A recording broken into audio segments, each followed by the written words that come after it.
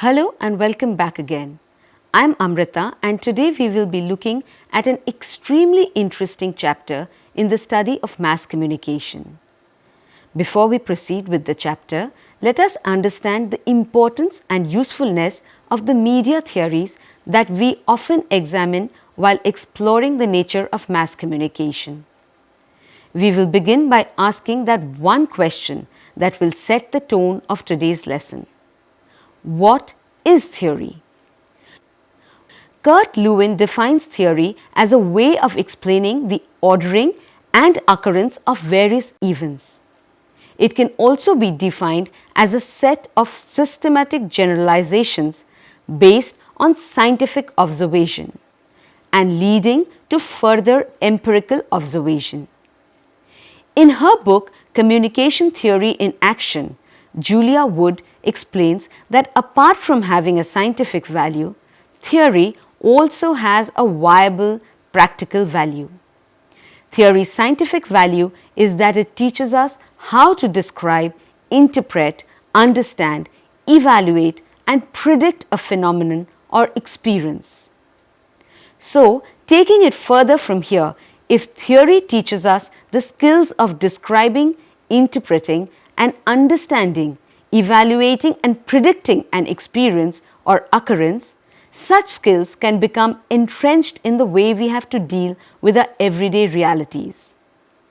Such entrenched skills can then further help us to solve our personal dilemmas. For the theoretician, the task is hence to describe something as accurately as possible, interpret it from different perspectives, evaluate various options, and finally predict possible outcomes. Theory then can be defined as a human account of what something actually is, how it works, what it produces or causes to happen, and how that something can be changed if necessary. Actually, all of us are always theorizing. When we tell someone how something happened, why it happened, what were our reactions, and where we went wrong or right, and how the event could have been avoided or directed in another way, we are in fact theorizing about that something. Judging by this perspective, it is clear that being a human account of something, theory cannot be objective or necessarily true. At the most, it provides us with different points of view about the same thing. In media studies, like in all other social and human studies, we therefore have different theories about the same thing. For example, different theories about the power and effects of the media, different theories about how audience use, interpret and understand media content, different theories about the nature of the media content, and so on. Each new theory may, however, add or highlight a different aspect of the phenomenon in an effort to contribute towards a better understanding of the phenomenon. So, it would be safe to say theory is a conceptual representation or explanation of phenomenon. In other words, they are frameworks along which any phenomenon or occurrence can be studied and understood. They provide us with a paradigm for investigation and problem solving. The basic elements of a theory are: number one, a set of assumptions. These are theoretical notions or explanations that are drawn up about a given phenomenon or issue. Second, hypothesis. These involve certain propositions or hunches about the phenomenon that are to be further studied. Third, testing of the hypothesis. This is done by verifying it in real life or under experimentally set up conditions. Fourth, drawing up a logical conclusion. Causal relationships or correlational relationships are established post verifying the hypothesis. Fifth is the factor of accepting or rejecting the hypothesis on the basis of the findings. Now let us explore a few characteristics or criteria of theory.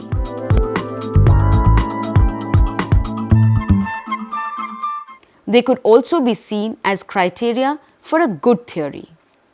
There is a scientific criteria and an aesthetic criteria.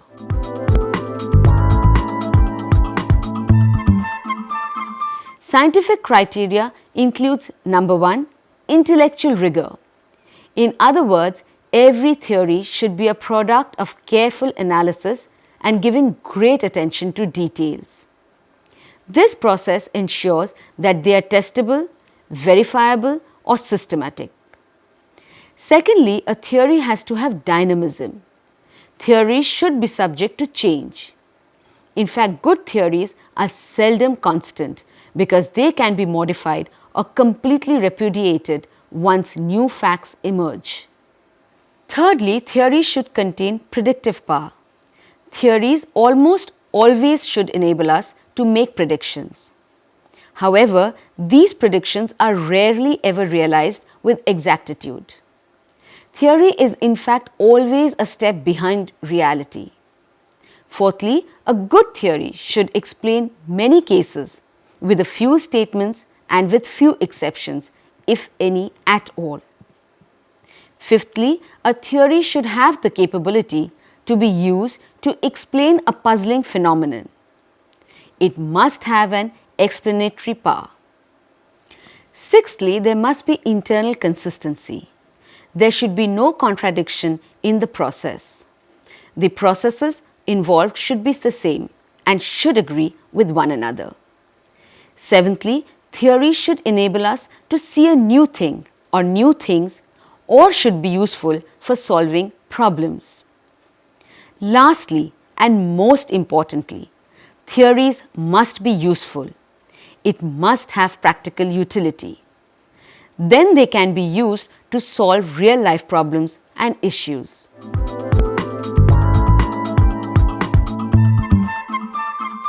Aesthetic or humanistic criteria are also essential to a good theory. Let us systematically look at it one by one. Firstly, theory should promote fresh and new understanding of the human condition.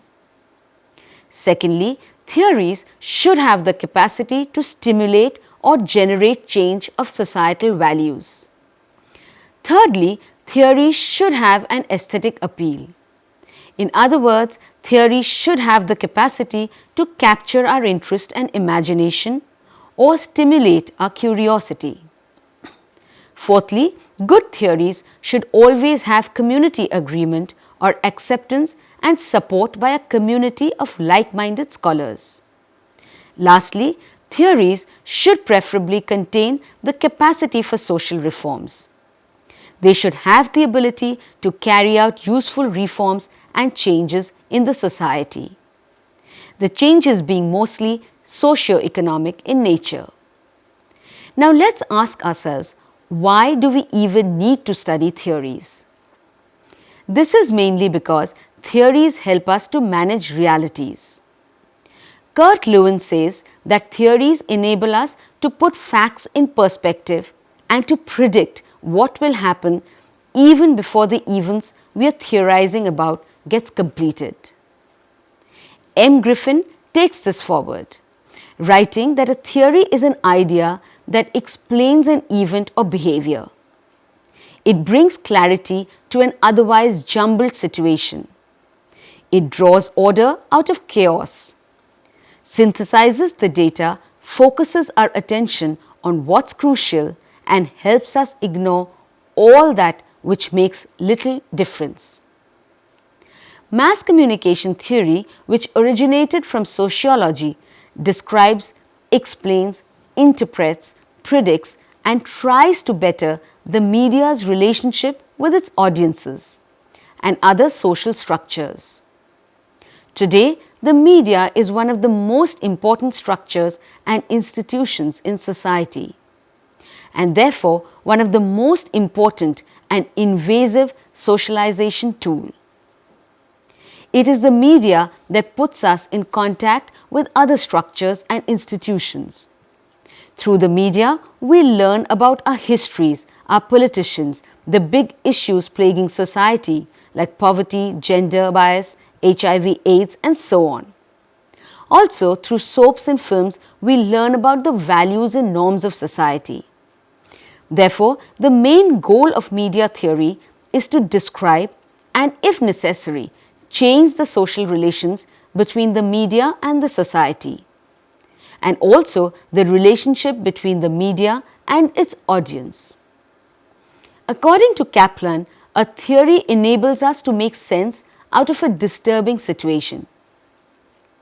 For example, the media always formulate a theory to unravel or predict how the masses will react to particular campaigns. We also study theories in order to derive intellectual satisfaction. But how are these theories arrived at? Well, theories are derived through a proper scientific method. This process includes various steps. Let us look at it one by one.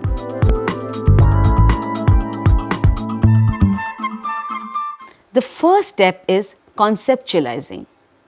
It involves defining the subject of inquiry. In other words, identifying the topic of research.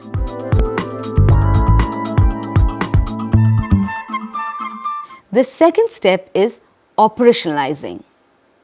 This involves translation of general concepts into specific variables and specifying the procedure adopted in research.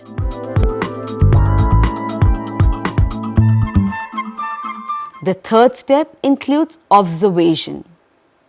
This is when a careful study or observation is done of the specified variables arising from the available data using any method of research.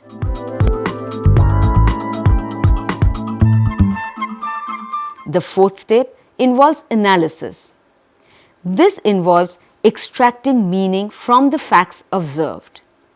This must be done objectively.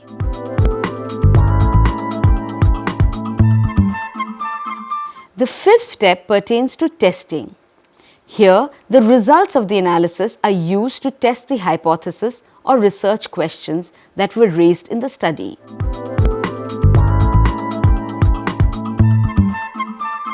The sixth step concerns generalizing.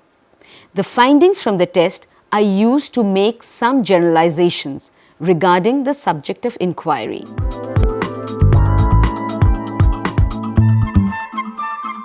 And finally, the last step is formulating the theory.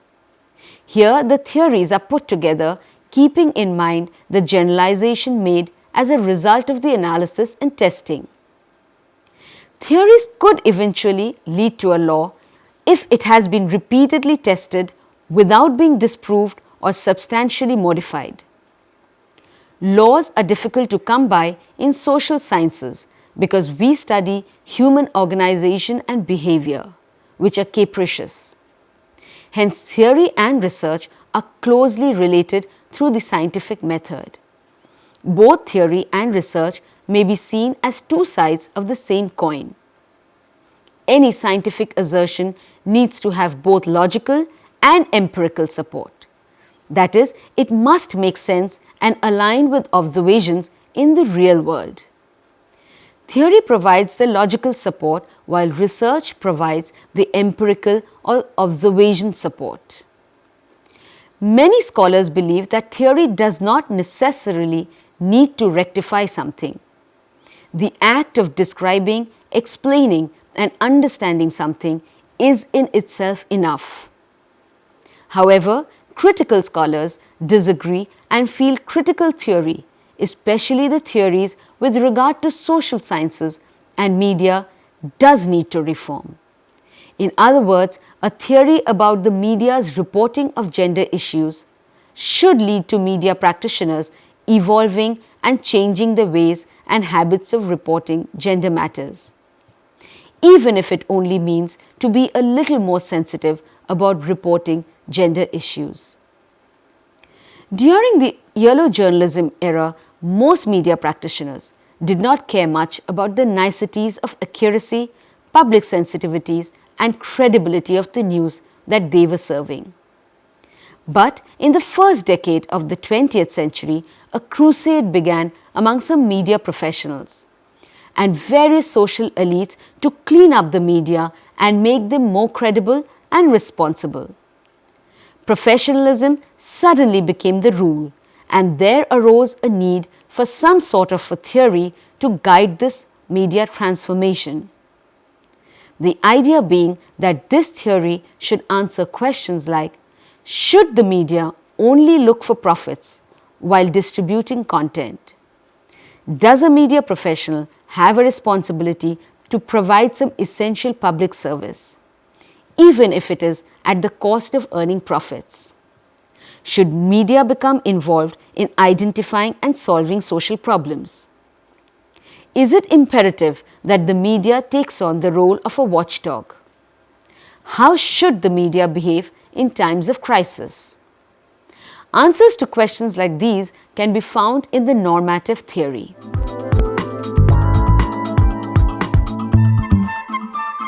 Normative theory describes an ideal way for media systems to be structured and operated. These theories do not describe things as they are, nor do they provide scientific explanations.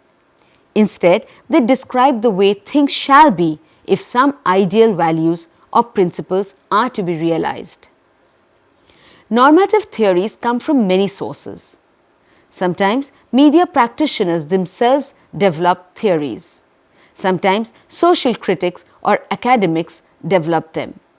Most normative theories develop over time and contain elements drawn from previous theories. Normative theories also help to explain the way in which social communication rules intrude on mass media structures, practices and performance, and highlight the effects of non-convergence between societal communication principles and mass communication principles. Normative theories of the media include, amongst many, the authoritarian media theory.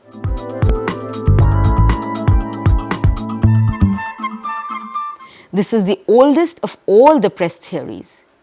It is an idea that placed all forms of communication under the control of a governing elite or authorities. Authorities justified their control as a means to protect and preserve a divinely ordained social order. It actually began in 16th century European period, when feudal aristocracies exercised arbitrary power over the lives of most people. It derived from states' philosophy of absolutism, in which recognition of truth was entrusted to only a small number of sages who are able to exercise leadership in a top-to-down approach. It advocates the complete domination of media by a government for the purpose of forcing the media to serve the government.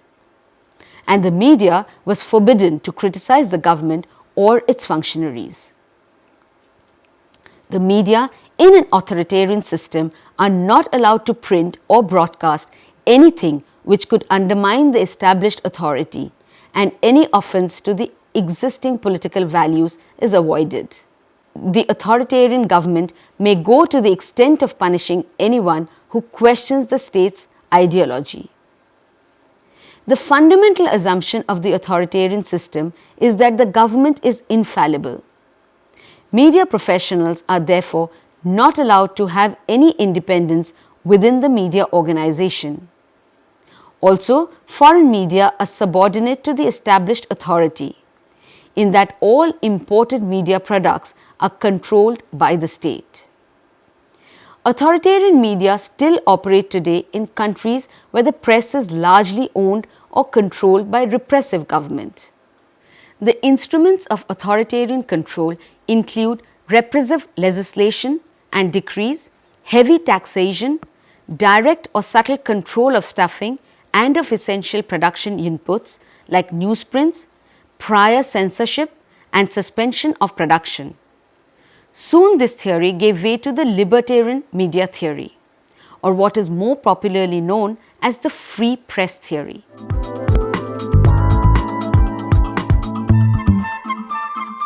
In fact, the libertarian theory arose in opposition to the authoritarian theory.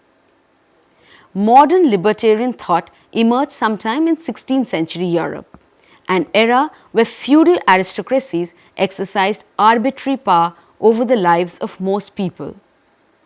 Challenging this, a variety of social movements arose, including the Protestant Reformation, which demanded greater freedom for individuals over their own lives and thoughts.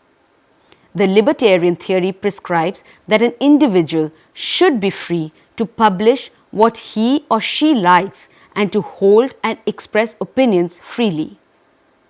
Revolting against the authoritarian theory, early libertarians argued that if people could be freed from the prejudiced bounds imposed by the church and state on communication, they would naturally follow the dictates of their conscience, engage in public debate, seek truth, and ultimately create a better world for themselves and others.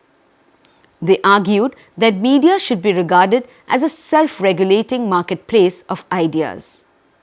In other words, all the ideas should be put before the public and the laissez-faire doctrine should be applied to mass media, meaning that if the ideas are traded freely among the public will buy the best from that marketplace. Libertarian theory does not advocate media immunity to the rule of law, but asserts that people should be seen as rational beings able to distinguish between the good and the bad, truth and falsehood, rendering prior censorship of media unnecessary. As a matter of fact, in the libertarian system, attacks on the government's policies are fully accepted and even encouraged. Moreover, there should be no restrictions on import or export of media messages across the national frontiers. Furthermore, journalists and media professionals ought to have full autonomy within the media organization. It also advocates that the press be seen as partners in progress with the government in the search for truth, rather than a tool in the hands of the government. It is hard to find intact examples of libertarian media systems in today's world.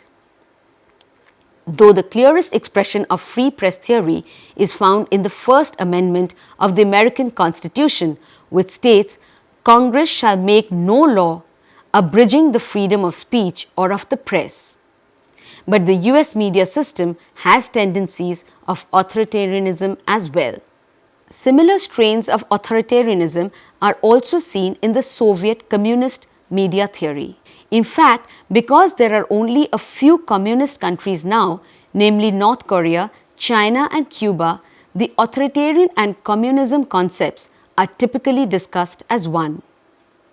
Justifying its name, the Soviet theory is closely tied to a specific ideology, the communist ideology. Seibert traces the roots of this theory back to the 1917 Russian Revolution based on the postulates of Marx and Engels. The media organizations in this system were not intended to be privately owned. Their role was to serve the interests of the working class. It advocates the complete domination of media by a communist government for the purpose of forcing those media to serve the party. The main task of the press is to promote the socialist system and maintain the sovereignty of the proletariat or working class via the Communist Party. However, while the Soviet communist theory seeks to use the media to support development and change towards the attainment of the communist stage, the authoritarian seeks to use the media to maintain the status quo. But they are similar in subjecting the media to direct state control. Every issue involving Soviet communists must be seen and interpreted in favor of the Communist Party. The four working principles of Soviet press are: 1. Truthfulness, 2. Partiality, 3. Commitment to the people, and 4th, promoting mass culture. Libertarian and social responsibility theories assign an economic function to the press, while the Soviet press removes the profit motive, since it is an arm of the government and is financed by the government.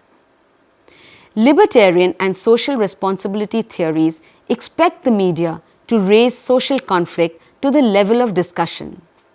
But Soviet theory forbids organization of press structure along the lines of political conflicts, since social societies aspired to become classless societies. An illustration of the Soviet system would appear to be the same as the authoritarian model, in that both theories acknowledge the government as superior to the media institutions. However, there is a major difference between the two theories that needs to be clarified. The mass media in the Soviet model are expected to be self-regulatory with regard to the content of the messages.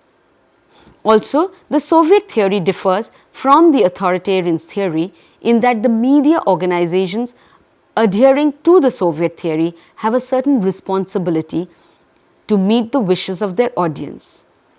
However, the underlying standard always is to provide a complete and objective view of the world, according to Marxist-Leninist principles.